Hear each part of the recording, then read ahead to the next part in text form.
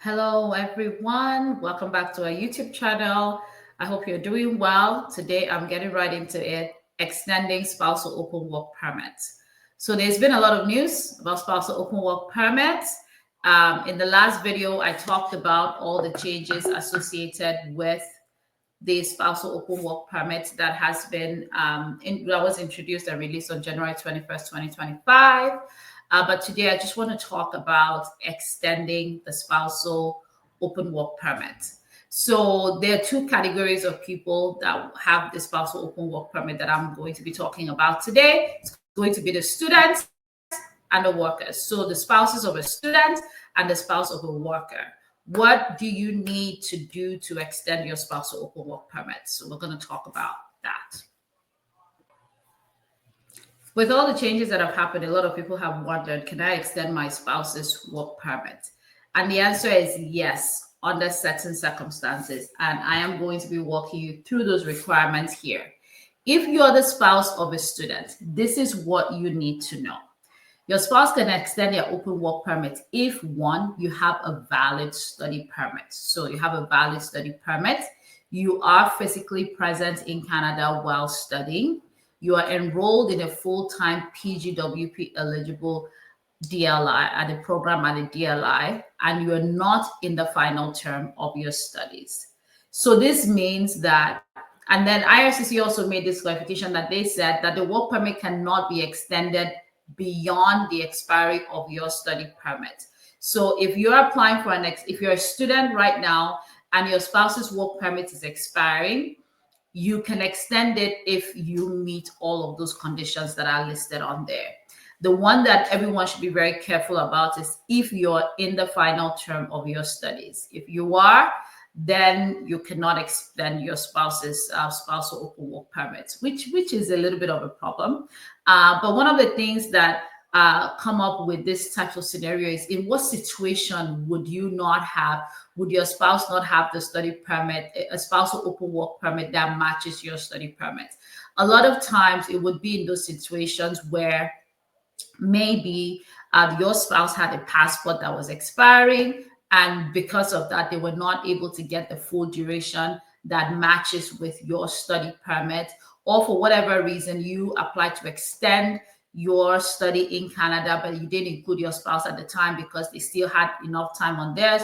Whatever the reason is, you have to ensure that all of this criteria and all of these things that are listed on here is stuff that you meet the requirement of as a student for your spouse to be eligible for that spousal open work permit extension. And again, this extension is done online, so you'll be able to do it that way as well.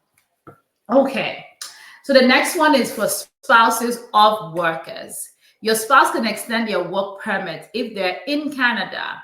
Their current work permit is valid for a shorter time than yours. So very similar to the student's extension that we just talked about.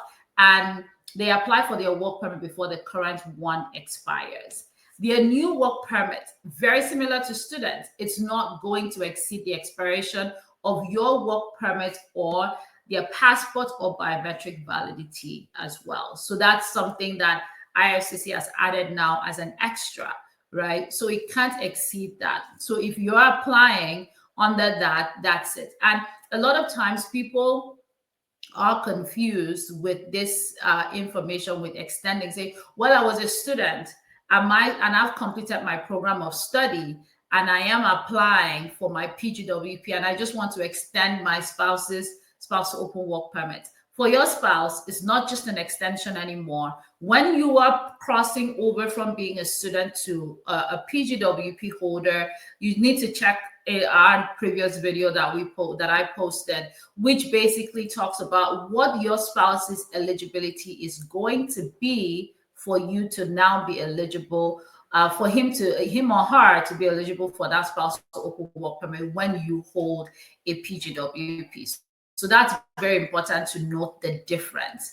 The key here is for those people that, for whatever reason, this extension is really for those people that, for whatever reason, were not able to get the full duration that matches their spouse's either work permit or study permit at the initial time the work permit was issued.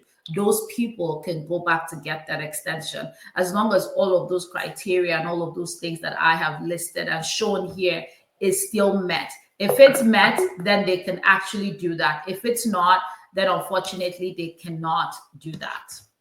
So here's an example, right? Your work permit expires in March of 2027, but your spouse's passport expires in March of 2026. To extend their work permit, they need to apply for a new passport first and then apply for the extension. So it's important for you to really work on those dates and have those really clear.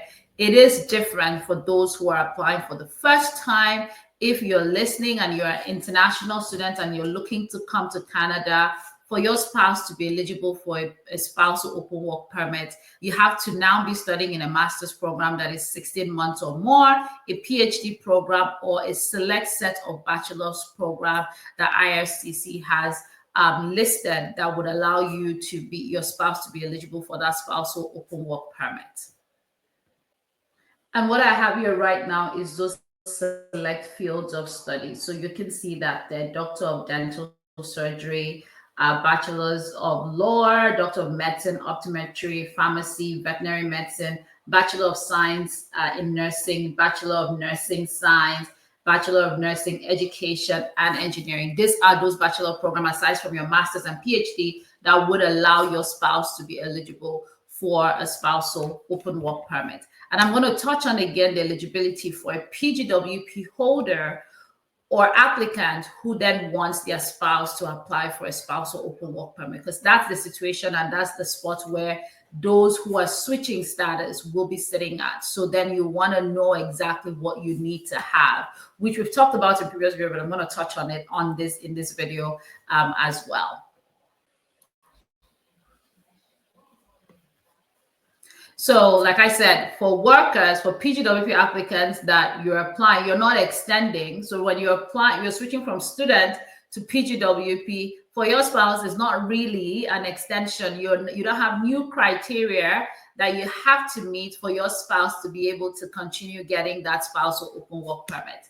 In that situation and that condition, this is what you have to have. You have to either have a valid work permit, an approval of a work permit that hasn't been issued yet, or an authorization to work without a work permit. Exceptions may apply. That's what IRCC has there.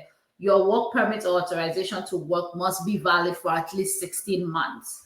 You plan to live in Canada, you are employed or will be employed in either a tier 0 or 1, or the select occupations that are in tier 2 and 3. So this is what I talked about extensively in the previous video, but this is exactly what this is. Now, this video was more talking about people who are asking questions like, I want to extend my spouse. My spouse spousal open work permit is expiring. Can I extend it? So there are clear distinctions with what IRCC is now doing. There are those who will need to extend because they didn't get the full duration the first time their spouse got either a study permit or a work permit, right? There is that extension. And then when you're switching over status, going from being a student to a PGWP applicant, the new rules for eligibility for that program now is now something that you need to be conscious of as well.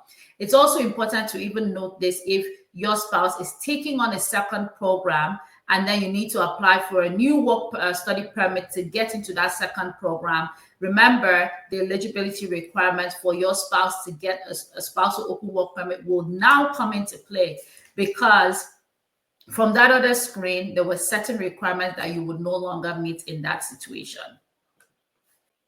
So those conditions that you would no longer meet, for example, if you're now applying to switch to another program, you have to now reassess it almost as if you're doing a new SOWP for your spouse, because you're going to be in your final semester when you're most likely applying for that, and you're going to a new program. In that type of application, IRCC will be assessing it based on your spouse's eligibility based on the program that you're going for. So there's a lot of changes and a lot of things that applicants now have to take into consideration when you're applying for a spousal open work permit.